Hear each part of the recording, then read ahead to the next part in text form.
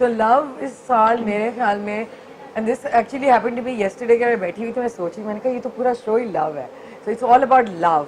I think एक चीज़ जो बहुत चेंज हुई है और सोसाइटी के अंदर 18 साल से, वो ये है कि पहले अगर किसी कोई लड़का लड़की साथ होते थे वो छुपे ढके रहते थे. I think बहुत सारी जब उनकी शादी हो जाती थी फिर पता चलता था. जावेद शेख की शादी हुई फिर पता चला कि जी अच्छा शादी कर ली है. बिकॉज ये सोसाइटी और इनसे डरना और ये सब अब वो वाली बात नहीं रही है. अब अगर रोमांस हो रहा है हमारी सेलिब्रिटीज में भी तो वो बहुत ओपन है उसके बारे में.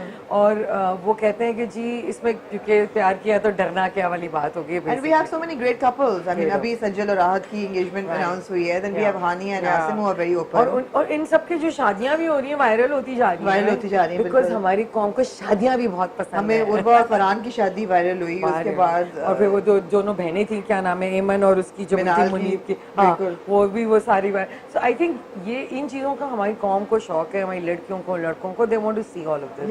We love music. Right. Music हर चीज में, फैशन में, फिल्म में. एब्सोल्युटली. आप अगर आप जाके देखें ना म्यूजिक की कैटेगरीज में, अब ओएसटीज सुनो चंदा जैसे गाने हर जगह वो फेमस हो रहे हैं. So this is something that we decided, I mean I decided that this is what's happening. और सिर्फ रिलेशनशिप्स में लड़का लड़की नहीं आ जाते.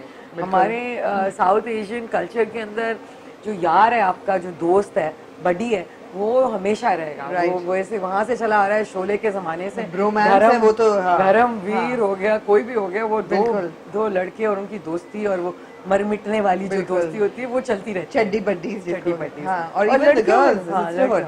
मगर इस वक्त ज्यादा हो गया है बिकॉज अब लोग कहते हैं कि जी लड़कियां लड़कियों को सपोर्ट नहीं करती. तो बहुत ज्यादा सपोर्ट आ गया है. And I think even in the entertainment industry जहाँ पे बहुत ज्यादा जेलसियाँ होती थी पहले ज़माने में और जलन कुड़न से लोग मर रहे होते थे, अब अगर एक महविश हयात जीतती है उसको ट्रोल किया जाता तो मायरा उसको सपोर्ट देती है. सो आई थिंक ये this is the underlying theme of the show. It's about love. That's great. And it is our culture. And I think it resonates in every part of the. Super. So मुझे बताओ Priya that so many different elements come together to make that one grand show. Right. And it's grand. I mean 1-2 साल थे बीच में when it went behind doors. Studio shoot हो गया या जब Kuwait में war announce हुई थी तो went एक दो दफा हुआ, लेकिन फिर मलेशिया भी गया, दुबई भी गया, and there were experiences, right? And we witnessed all that grandeur. लेकिन it's not that simple. लोगों को ख्याल है कि जी एक स्टेज लग जाता है, उस पे performances होती हैं.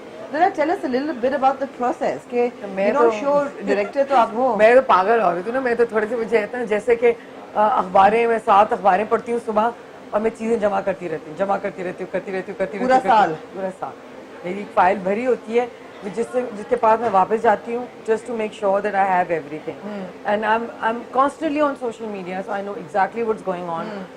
पढ़ती भी रहती हूँ बाहर क्या हो रहा है, इधर क्या हो रहा है, तो मुझे पता होता है. और फिर मेरी दोस्तियाँ भी बहुत एंटरटेनमेंट में. अगर इससे ज़्यादा ये कि आप यकीन करें, आई थिंक December 15th को मुझे इन्होंने बुलाया था और अब ऑलमोस्ट June 15th हो गई, तो 6 महीने इस शो पे मैं काम कर रही हूँ.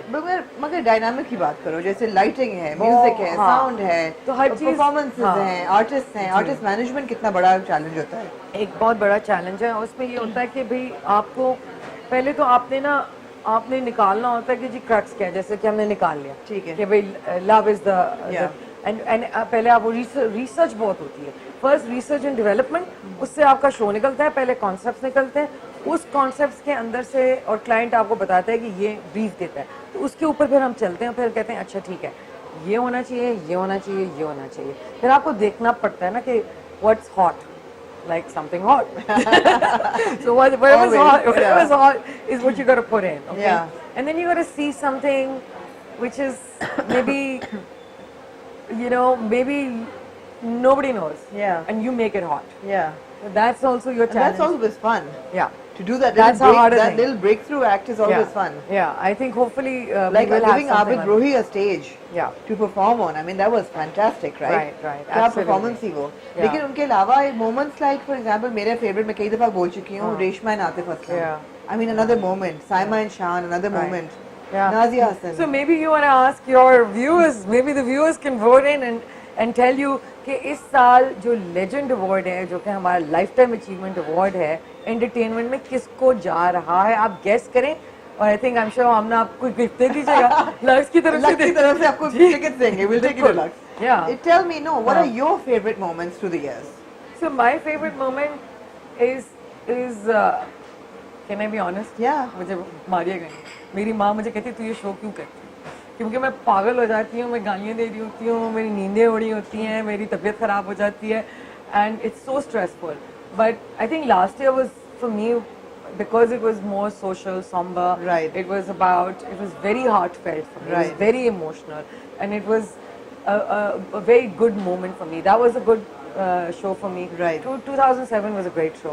2005 was a great show. 7, you're talking about Expo, right? No, 2007 was Malaysia. Malaysia was great. I love Malaysia. I thought Malaysia, you know, it had, because we were in a venue where we could do so many things. जो कि हमारी पाकिस्तान में बड़ी limitations होती हैं, हमें venue की limitations होती हैं, हम बहुत सारी चीजें कर नहीं पाते। वहाँ पे कोई गुम नहीं हो सकता था, वहाँ सब मौजूद थे। मुझे याद है 3 hotels interconnected थे और हर बंदा वहीं भागा पाया जाता था। किसी को क्यों, और सबकी मूड बड़ा अच्छा होता है क्योंकि सब छुट्टी पे होते हैं किस्म के, और मौसम अच्छा होता है और माहौल अच्छा होता है। So I think that makes it a little bit easier for you. And I remember that you guys even gave the guest coupons for massages. Right, exactly. तो सुबह मैं उठती तो एक कमरे से अली अज़मत निकल रहा होता था, रात को एक कमरे से शेरू निकल रहा होता था मसाज करा के, तो it was like full on. हमें सबसे ज्यादा मजा तो उस वक्त आता था कि एक कमरे में हम लोग हर रोज अली अज़मत कमरे में पहुंचे होते थे और वो एक और ही शो था क्योंकि वो तीनों the 3 A's अज़मत, अली ज़फर और आतिफ एक दूसरे के गाने गा रहे होते थे। I mean those are moments for me जो कि रिकॉर्ड भी नहीं हुए ना कभी वो सोशल मीडिया पे आ सकेंगे। Maybe that's what immortalizes them actually. That does, I think right? that's what it is, the moments like that. And of course जब आप अब बहुत सारे लोग हैं जो चले गए हैं, जैसे रूही बानो है और मेहदी हसन है, महनाज है, रेशमा, ये सब उनको ऑनर कर दिया।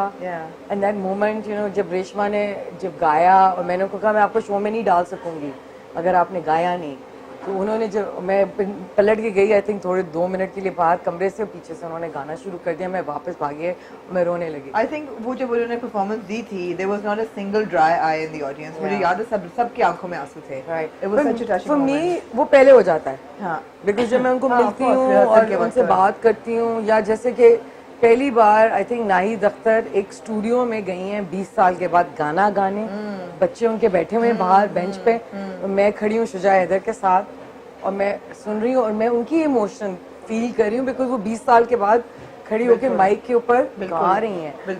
For me that moment is irreplaceable. So Priya, legends को ऑनर करना तो बड़ा एक इमोशनल मोमेंट होता है, बट वी नो कि हमारे जो सेलिब्रिटीज हैं they are not so easy to manage.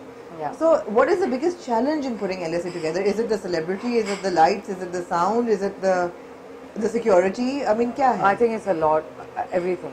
मुझे तो हर चीज में एक चैलेंज। मैं ये नहीं पूछूंगी सबसे ज्यादा मुश्किल सेलिब्रिटी कौन सा है। That would be fun to know. नहीं पूछ लो मुझसे, किसी ने उस दिन पूछा, पेप्सी वालों ने पूछा था, मैंने उनको बता दिया था कि सबसे मुश्किल सेलिब्रिटीज एक जमाने में, अब नहीं, लॉलीवुड की एक्ट्रेसें होती हैं। राइट, ठीक है, हमें उनके अब तो करना नहीं पड़ता, लेकिन एक एक सेलिब्रिटी के पीछे हमने एक स्पाई लगाया होता था, shadow. I don't even think that would be legal now. Priya, do you remember when one of them went missing with a lot of jewels in Dubai? Yes, I do remember. At night. And और वो jeweller के साथ में पूरा hotel छान के उनको ढूंढ के उनके कमरे में पहुंची और वो ज्वेलरी उतरवाई, और फिर वो इतनी बड़ी जिम्मेदारी होती है आपके ऊपर।